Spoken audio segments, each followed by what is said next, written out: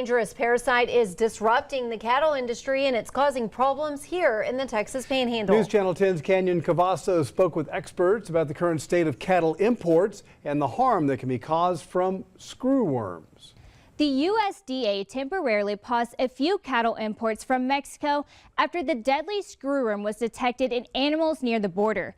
I spoke with the local veterinarian about the screwworm and Josh Weingardner at the Texas Cattle Feeders Association about how they're working to combat this issue.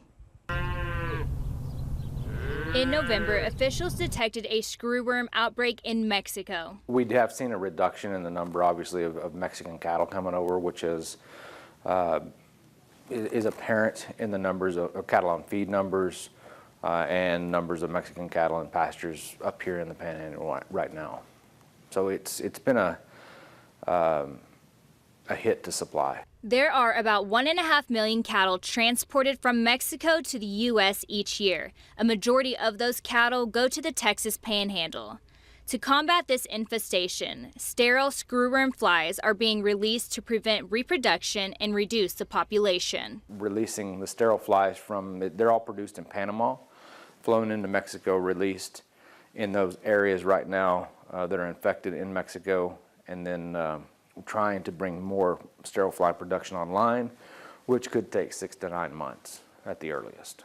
A local veterinarian says the screwworm is no ordinary pest. The fly lays eggs in open wounds, and when the larva hatches, they feed on live tissue, often killing the animal if untreated. This could absolutely lead to death, if not significant disease and morbidity and mortality in our cattle population, which then affects our food supply and just the overall wellness of our cattle population here in the Panhandle. Weingardner says this is an important matter, and they're doing everything they can do to stop this spread.